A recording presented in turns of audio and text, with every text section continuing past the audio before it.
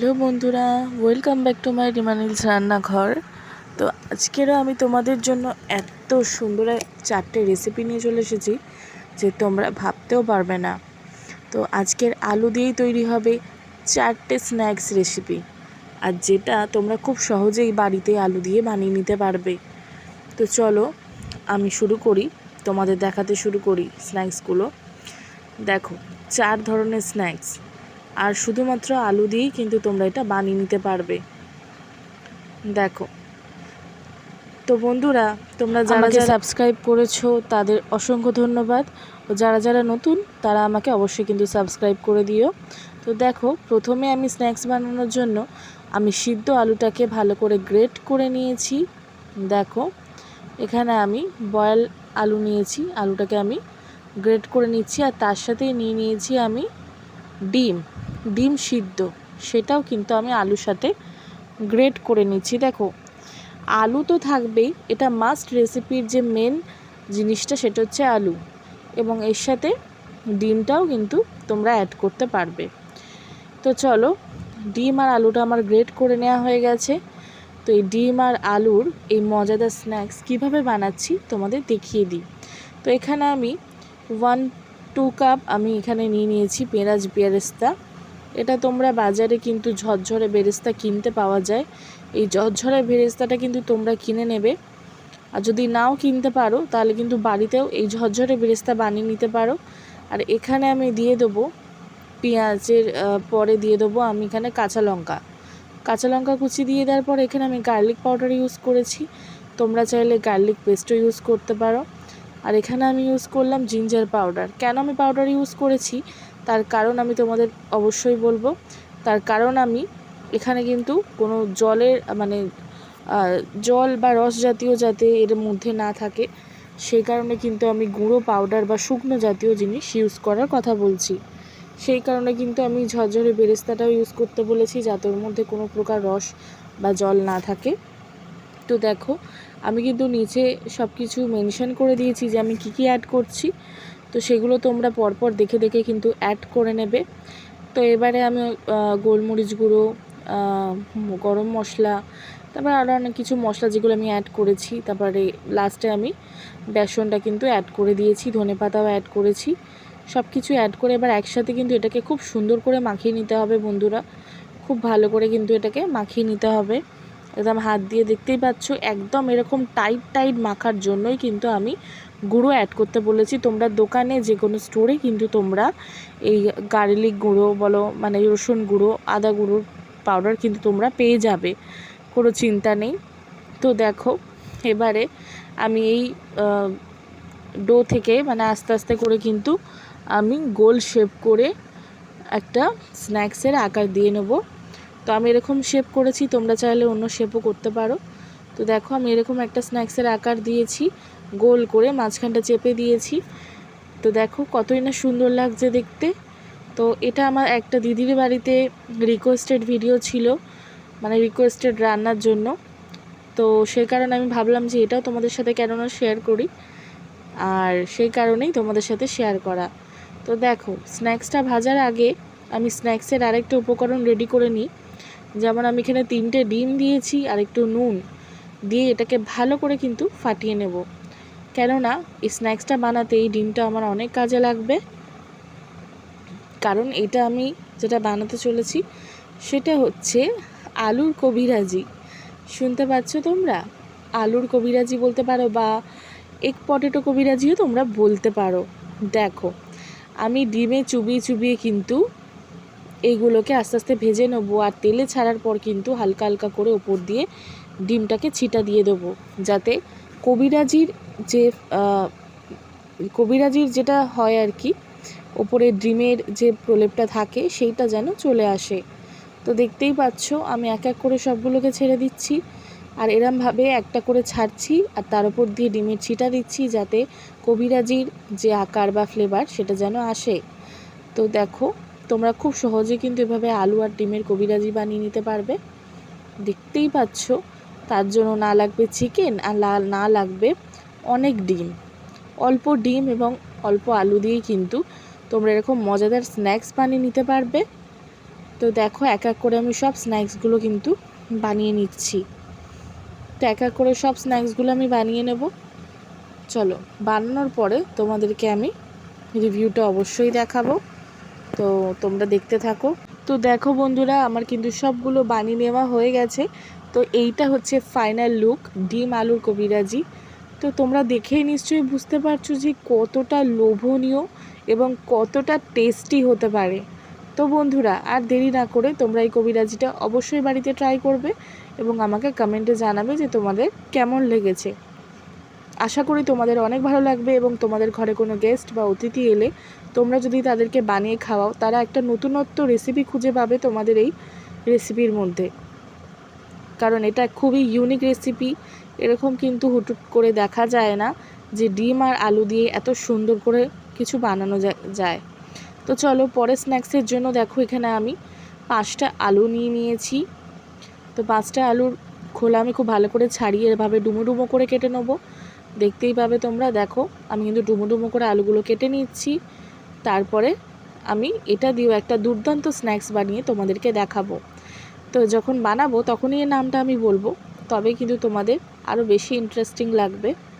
তো দেখো আমি কিন্তু এই সাইজ করেই আলুগুলোকে কেটে নিচ্ছি, দেখতেই পাচ্ছ নিশ্চয়ই। আমি এখানে 5টা আলু নিয়েছি, তোমরা তোমাদের কোয়ান্টিটি ওয়াইজ আলু নিয়ে নেবে। তো এখানে আমি আলুগুলো পরিষ্কার জলে ভালো করে কিন্তু ধুয়ে নেব, আর পরিষ্কার করে ধুয়ে নিতে হবে আলুগুলো।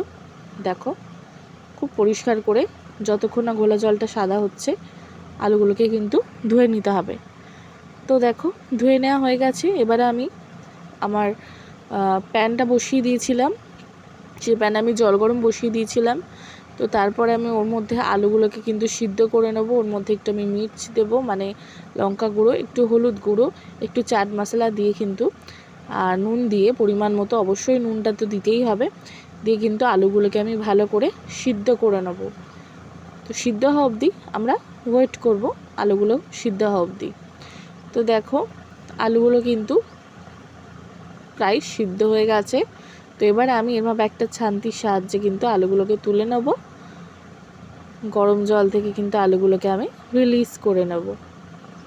তো আমি রিলিজ করে নিয়েছি, দেখো ঠান্ডা হয়ে গেছে। তো ঠান্ডা হওয়ার পর আমি চলে এসেছি তোমাদের কিভাবে তোমরা বানাবে সেইটা দেখাতে। দেখো এখানে একটা একটা করে এই সিদ্ধ আলুগুলো একটা স্টিক নিয়ে নেবে তোমরা, লম্বা স্টিক। সেই স্টিকের মধ্যে তোমরা আস্তে আস্তে করে আলুগুলোকে ঢুকিয়ে নেবে। দেখো দেখতে পাচ্ছ এরমভাবে আমি ঢুকিয়ে নিচ্ছি। দেখো একইভাবে ঢোকাবে না, কিছুটা অ্যারো করে এই সাইডে অ্যারো করে মানে তোমরা ঢোকাবে, পরপর সাজিয়ে নেবে। ঠিক যেমন আমরা কাবাব খেয়ে থাকি, চিকেন কাবাব দেখেছো না, যে এরকমভাবে কাঠির মধ্যে বা স্টিকের মধ্যে ঢুকিয়ে কিন্তু করা হয়। এটা হচ্ছে পটেটো কাবাব, বুঝতে পারলে বন্ধুরা? পটেটো কাবাব তোমরা আগে যদি কখনো খেয়ে থাকো তো খুবই তোমরা ভালোভাবে জানো যে কতটা সুন্দর খেতে হয়, এবং যদি যারা না খেয়ে যারা খাওনি এখনও, তারা অবশ্যই এটা বানিয়ে খাও। তো দেখো ডিমের মধ্যে যে উপকরণগুলো আমি দিচ্ছি সেগুলো কিন্তু আমি এখানে মেনশন করে দিয়েছি। টমেটো সস, চাট মশলা, নুন, গোলমরিচ এবং ময়দা দিয়ে দিলাম, দিয়ে হালকা জল দিয়ে কিন্তু এটার একটা ব্যাটার বানিয়ে নেব। আর চিলি ফ্লেক্সও কিন্তু এখানে আমি অ্যাড করেছি। তো যেহেতু সবটা বলা একসাথে সম্ভব হয় না, তোমাদের সাথে আরও কিছু কথা থাকে, তার জন্যই কিন্তু আমি নিচে মেনশন করে দিয়েছি আমি যা যা দিয়েছি। তো দেখো এখানে ময়দাটা দিয়ে আমি ভালোভাবে একটা ঘন ব্যাটার বানিয়ে নিয়েছি, দেখতেই পাচ্ছ ঘনত্বটা কীরকম। তো এইবারে কিন্তু ওই যে স্টিকের মধ্যে আলুগুলো আমি সাজিয়ে নিয়েছিলাম, ওই আলুর মধ্যে কিন্তু এই ব্যাটারটাকে এরমভাবে এই একই প্রসেসেই কিন্তু এটাকে কভার করে নিতে হবে বন্ধুরা, দেখতেই পাচ্ছ। আর পাশেই রেখেছি আমি ব্রেড ক্রাম্বস, তোমরা যে কোনো ব্রেড ক্রাম্বস নিতে পারো। আমি এই ব্রেড ক্রাম্বস নিয়েছি, আমার এখানে স্টোরে এটাই পাওয়া যায়। তো এই ব্রেড ক্রাম্বস নিয়েছি আমি। তোমাদের ওখানে যে ব্রেড ক্রাম্বস থাকবে সেই ব্রেড ক্রাম্বস দিয়েই তোমরা এটা ইউজ করতে পারো, বা তোমাদের কাছে যদি ব্রেড ক্রাম্বস না থাকে তাহলে টোস্ট বিস্কুট কিনে এনেও তোমরা মিক্সচারে হালকা গুঁড়ো করে সেটাকে ব্রেড ক্রাম্বস হিসেবে ইউজ করতে পারো। তো দেখো এক এক করে আলুগুলোকে আমি কোট করছি আর এক এক করে ব্রেড ক্রাম্বসে কোট করছি, তোমরা দেখতেই পাচ্ছ নিশ্চয়ই। দেখো বন্ধুরা, দেখো কতটা সুন্দর লাগছে, মানে সাজাতেই এত সুন্দর লাগছে, তাহলে রেডি হওয়ার পর কতটা সুন্দর লাগবে। তো আমি একটা প্যানে তেল গরম করতে বসিয়ে দিয়েছি। তো তেলটা গরম হয়ে যাওয়ার পরেই কিন্তু আলুগুলোকে আমি এক এক করে ছেড়ে এরমভাবে ভেজে নিচ্ছি। দেখো আস্তে আস্তে ভেজে নেব। এটা যতক্ষণ না লাল লাল হচ্ছে একদম, ততক্ষণ আমরা এটাকে ভাজতে থাকবো উল্টে পাল্টে। দেখো এটা কিন্তু গোল্ডেন ব্রাউন হয়ে গেছে। দেখো এরকম করতে পারো, বা এর থেকেও তোমরা একটু বেশি ভাজতে পারো, আমি এরকমই রেখেছি। তো তোমাদের যেমন ইচ্ছা তোমরা সেরকম করতে পারো। দেখো আলুটা কিন্তু ভিতর থেকেও সিদ্ধ এবং ওপর থেকেও ভীষণ টেস্টি খেতে। তোমরা যদি না বানাও বন্ধুরা, তোমরা কোনো মতেই বুঝতে পারবে না যে এই রেসিপি বা এই স্ন্যাক্সগুলো এত টেস্টি হয়। তো এটা তোমরা সসের সাথে সার্ভ করতে পারো, আর এর সাথে কিছু স্যালাডও কিন্তু তোমরা সার্ভ করতে পারো, যেমন পেঁয়াজ শসা দিয়ে, কাসুন্দি দিয়েও কিন্তু এর সাথে তোমরা খেতে পারো। তো চলো এবার পরের স্টেপে যাওয়া যাক, পরের রেসিপিতে। তো দেখো বন্ধুরা, এখানে আমি 5টা আলু নিয়ে নিয়েছি। তো 5টার আলু খোলা আমি ভালো করে ছাড়িয়ে নেব। ভালো করে ছাড়িয়ে নিয়ে ওটাকে পরিষ্কার করে নেব। তো বন্ধুরা, তোমরা কিন্তু এখন অনেক আমার ভিডিও দেখাটা কমিয়ে দিয়েছো ইদানিংয়ে, জানি না কেন। তো বন্ধুরা দয়া করে তোমরা ভিডিওটা দেখো, কারণ তোমাদের জন্যই আমার এত খাটাখাটনি, তোমাদের জন্যই আমার এইসব ভিডিও প্রস্তুত করা বন্ধুরা। তো তোমরা যদি আমার পাশে না থাকো তাহলে কে থাকবে, তাই না বন্ধুরা? একে অপরের পাশে থাকাই তো আমাদের উচিত।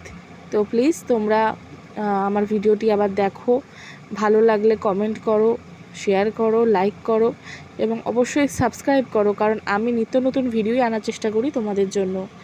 তো এবারে দেখো আমি আলুগুলোকে কিন্তু ছাড়িয়ে, যেভাবে এই প্রসেসটা তোমরা অনেকেই জানো, কারণ ঝুড়ো আলু ভাজা তোমরা অনেকেই বাড়িতে বানিয়ে থাকো আর একই প্রসেসে বানাও।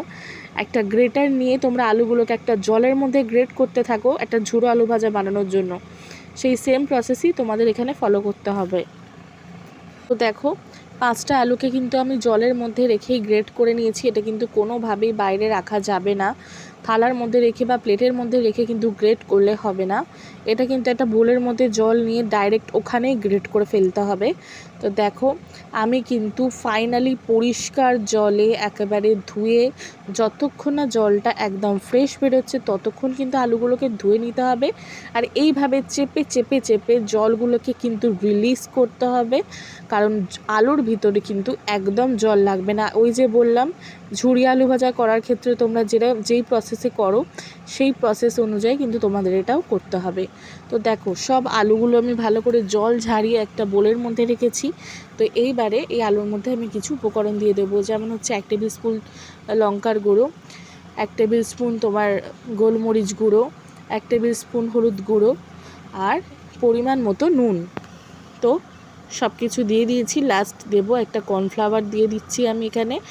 তো তোমরা যতটা মাপের আলু নেবে ততটা মাপেরই কিন্তু কর্নফ্লাওয়ার দিয়ে নেবে। তো দেখো সবগুলোকে এবার আমি খুব সুন্দর করে মাখিয়ে নিচ্ছি। হাতের সাহায্যে কিন্তু মাখালে বেশি ভালো হবে, বেশি ভালো মিক্স হবে। তো দেখো কত সুন্দর করে আমি এগুলোকে কিন্তু মাখিয়ে নিয়ে নেব, একদম যেন পুরো মিক্স হয় সব কিছু সবটার সাথে ভালোভাবে মিক্স হয়ে যায়, সেরকমভাবে মাখিয়ে নিতে হবে। তো বন্ধুরা ভালো করে মিক্স করে নেওয়ার পর এবারে যেটা করতে হবে সেটা হচ্ছে হাতের সাহায্যে গোল গোল করে শেপ করে নিতে হবে, যেমন তোমরা চিজ বলে শেপ করে থাকো। দেখো এই বলটা ঠিক ওই রকমভাবেই শেপ করে একে একে তেলের মধ্যে ছেড়ে দিতে হবে। আর একটা কথা খেয়াল রাখবে বন্ধুরা, খুব বেশি গরম তেলে কিন্তু ছাড়তে যাবে না, একদম মিডিয়াম টু লো হিটে কড়াটাকে রাখবে, তেলটাকে গরম করবে এবং একটু ঠান্ডা ঠান্ডা মানে অল্প গরম হলেই তেলের মধ্যে কিন্তু এই বলগুলোকে ছেড়ে দেবে। তো দেখো আমিও সেই প্রকারেই কিন্তু ছেড়ে দিয়েছি এবং আস্তে আস্তে নাড়ি নাড়ি কিন্তু ভেজে নিচ্ছি আমি এগুলো। তোমরা দেখতেই পাচ্ছ কতটা সুন্দর লাগছে। তোমরা দেখো বন্ধুরা, খুবই কম উপকরণে কিন্তু তোমরা এত সুন্দর সুন্দর স্ন্যাক্স বাড়িতে বানিয়ে নিতে পারবে, ভাবতে পারছো? এটা আমারও খুব অবাক লাগে। তবে আমি যখন বানাই তখন মনে হয় এত সহজভাবে এত সুন্দর রেসিপি কী করে হতে পারে। তো দেখতে পাচ্ছ বলগুলো একদম রেডি। তো চলো আমি তোমাদের দেখিয়ে দিই কতটা ক্রিস্পি। দেখো বন্ধুরা দেখতেই পাচ্ছ আমি এরমভাবে ঠুকছি একটা বলের গায়ে একটা বল, কিন্তু কতটা ক্রিস্পি। দেখো হাত দিয়ে যখন ভাঙলাম মুচমুচে, কতটা মুচমুচে এবং ভিতরটা তেমনই নরম। তো এই রেসিপিটা যদি তোমরা বাড়িতে ট্রাই করতে চাও তাহলে অবশ্যই ট্রাই করে ফেলো, কারণ ভীষণই অল্প উপকরণে এই রেসিপিটা তোমরা দেখতে পাবে। তো চলো বন্ধুরা পরের স্ন্যাক্সে চলে যাওয়া যাক। তো পরের স্ন্যাক্সের জন্য দেখো এখানে আমি কিন্তু 2টো আলু বয়েল করে নিয়েছি। একেবারে বয়েল করেই আমি তোমাদের সামনে চলে এসেছি এবং আলুটা একটা ম্যাশের সাহায্যে আমি ম্যাশ করে নিচ্ছি। তো তোমাদের কাছে যদি ম্যাশার না থাকে তাহলে তোমরা একটা হাতার সাহায্যে বা চামচের সাহায্যে করে নিতে পারো, বা আলুটা ঠান্ডা হওয়ার পর হাতের সাহায্যে আসানিতে করে নিতে পারো, কোনো অসুবিধা হবে না। তো দেখো আমি ভালো করে কিন্তু আলুটাকে ম্যাশ করে নিয়েছি যাতে কোথাও গোটলা বাকি না থাকে। তো একটা চামচের সাহায্যে আমি আলুগুলোকে একত্রিত করছি। দেখো কতটা মসৃণভাবে আলুটা ম্যাশ হয়েছে। তো এর মধ্যে চলো 3 টেবিল স্পুন পেঁয়াজ কুচি দিয়ে দিয়েছি, 3 টেবিল স্পুন টমেটো কুচি দিয়ে দিয়েছি এবং 3 টেবিল স্পুন ক্যাপসিকাম কুচি দিয়ে দিয়েছি। আর এখানে 1 টেবিল স্পুন তোমার চপ করে রাখা লঙ্কা, কাঁচা লঙ্কা দিয়ে দিয়েছি এবং এখানে ধনে পাতাও কিন্তু আমি দিয়ে দিয়েছি এবং জিরে ভেজে গুঁড়ো করে কিন্তু এখানে আমি দিয়ে দিয়েছি। আর এখানে একটু গরম মশলা এবং চাট মশলাও অ্যাড করে দিয়েছি, আর চিলি ফ্লেক্স তো থাকছেই। তো 1 টেবিল স্পুন চিলি ফ্লেক্সও অ্যাড করেছি আর একটুখানি হলুদ গুঁড়ো অ্যাড করে দিয়েছি অল্প পরিমাণে। আর এখানে একটু জিঞ্জার পাউডার আর গার্লিক পাউডারও কিন্তু অ্যাড করেছি। তোমরা এইসব স্ন্যাক্সে যদি পাউডার অ্যাড করতে পারো তাহলে আমি বলছি শোনো খুব ভালো হয়, কারণ যতটা শুকনো উপকরণ থাকবে ততই কিন্তু এই রেসিপিগুলো ভালো হবে, বানানোটা একদম সাকসেস হবে। তোমরা যেমন চাইছো এখানে যেমন দেখানো হচ্ছে তেমনই কিন্তু হবে। তো পরিমাণ মতো নুন দিয়ে আমি ভালো করে হাতের সাহায্যে কিন্তু মাখিয়ে নেব। সবগুলো ভালো করে মিক্স করে নিয়েছি। আর এখানেও কিন্তু আমি 2টো ডিম সিদ্ধ ব্যবহার করেছি। হ্যাঁ বন্ধুরা, প্রথমটাতেও যেমন তোমরা দেখলে যে প্রথমটাতে আমি ডিম সিদ্ধ ব্যবহার করেছি এবং এই লাস্ট যে রেসিপি এতেও কিন্তু আমি ডিম সিদ্ধ ব্যবহার করছি।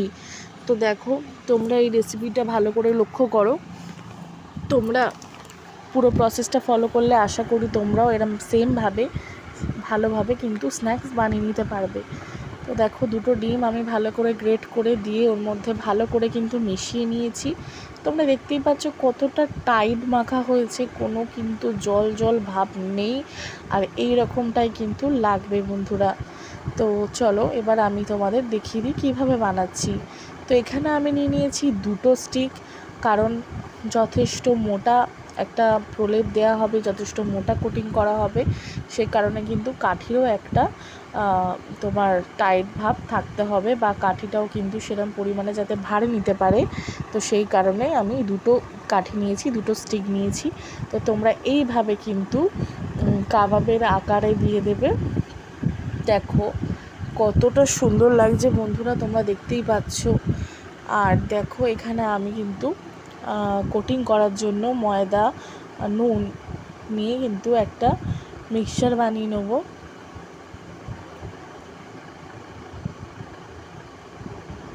অল্প অল্প জল দিয়ে মিক্সচারটা বানাতে হবে বন্ধুরা, কেননা যদি বেশি জল হয়ে যায় তখন কিন্তু অসুবিধে হয়ে যাবে, কারণ আমাদের একটা স্মুথ ব্যাটার এবং পারফেক্টলি থিক ব্যাটার রেডি করতে হবে। তো দেখো থিকনেসটা কেমন থাকবে আমি তোমাদের দেখিয়ে দিয়েছি। তো এক এক করে তোমরা ওই স্টিকের যে আলু স্টিকটা আছে সেটা কিন্তু এরমভাবে ময়দার মধ্যে কোটিং করে নেবে। ময়দার মধ্যে কোটিং করে নেওয়ার পর তারপরে তোমরা ব্রেড ক্রাম্বস দিয়ে দেবে, ব্রেড ক্রাম্বসে সুন্দর করে কোটিং করে নেবে। তো তোমাদের কাছে আমি বারবার বলছি, তোমাদের কাছে যে ব্রেড ক্রাম্বস থাকবে তোমরা সেই ব্রেড ক্রাম্বস দিয়ে কোটিং করতে পারো। এরকম কোনো বাধ্যতা নেই যে আমার মতোই ব্রেড ক্রাম্বস তোমাদের নিতে হবে, কোনো বাধ্যকতা নেই। ব্রেড ক্রাম্বস সবই এক, সবটারই সমান কাজ। তো চলো এরমভাবে ব্রেড ক্রাম্বস দিয়ে কিন্তু হাতের সাহায্যে আমি একটুখানি আরেকটু শেপটা একটু টাইট করে নেবো, শেপটা আমি ভালো করে নেবো। তো দেখো এরমভাবে আমি সবগুলোকে কিন্তু রেডি করে নিয়েছি।